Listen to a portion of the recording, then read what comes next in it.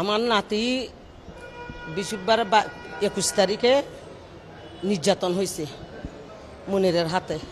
আমি চাই যে এই মনিরকে ফাঁসি দিবার জন্য আমি সরকারের কাছে এইটা আবেদন, এই মনিরকে জানি ফাঁসি দেয়। ও যদি বাইর হয় তাহলে ও আর কয়জনেরকে ঘটনা করবে এটা নিশ্চিত নেই। বাংলাদেশের ভিতরে এখন ছোটো ছোটো বাচ্চাগুলো এখন ঘটনা হইতেছে, এগুলোর দায় কে নিবে?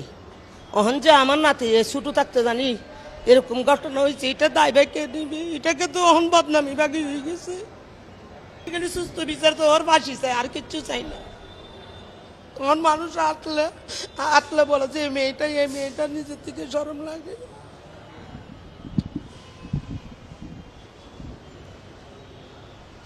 এদের সাথে বিচার করে নাই কেউ, আমার ছেলের নামে বিচার করে নাই। আমার ছেলেরা কোনো রাস্তা কোনো খারাপ কাজও নাই, আমার কর্ম করি রিক্সা চালে ভাত খায়। এটার দায় বা কে নিবে? এটাকে আমি চিন্তা করি। মেয়েটা তো বড় হবে, মেয়েটা 18 বছর হবে, বিয়ে হইলেও তো মানুষে বলবে না। এটা ছেলে হইতো সারা যাইতো, এটা তো মেয়ে।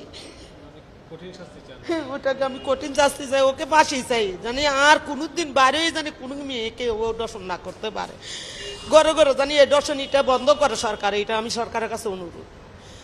আর একটা অনুরোধ দেয় যে আমি বাকুলিয়া থানাকে, আমি পুলিশ প্রশাসনেরকে অনুরোধ করি, এটা যে আমার ধন্যবাদ ওনাদের জন্য, ওনারকে আমি সিলেক্ট করি। ওনারা যে তাড়াতাড়ি আমার নাতিরের চার্জশিটটা জমা দিয়েছে, ওনাদেরকে আমি সিলেক্ট করি। আমি ধন্যবাদ দেই পুলিশ প্রশাসনের। বিয়ে করি যে ওর ফাঁসি হোক, ও জানি বাইরে জানি আরেকজনের মেয়েকে এরকম করতে না পারে। আমি এটা অনেক লোক আছে ওর মতন, জানি অনেক লোক আছে জানি ভয় পায়। হ্যাঁ, ওর শাস্তি হইলে জানি আরেকজনে জানি ভয় পায়। এটা চাই আমরা আমরা ওর যথেষ্ট পরিমাণে শাস্তি চাই, যেন ওর শাস্তিতে অন্য মানুষেরা যেন ভয় পায়, আর এরকম বাচ্চাদের যেন আঘাত না আনে, ধর্ষণের যেন চেষ্টা নাও করে, ভয়ে যেন, হ্যাঁ ভয়ে যেন ওরা মানে কি বলবো, ওর যথেষ্ট পরিমাণে আমরা শাস্তি চাইটাই আমাদের দাবি।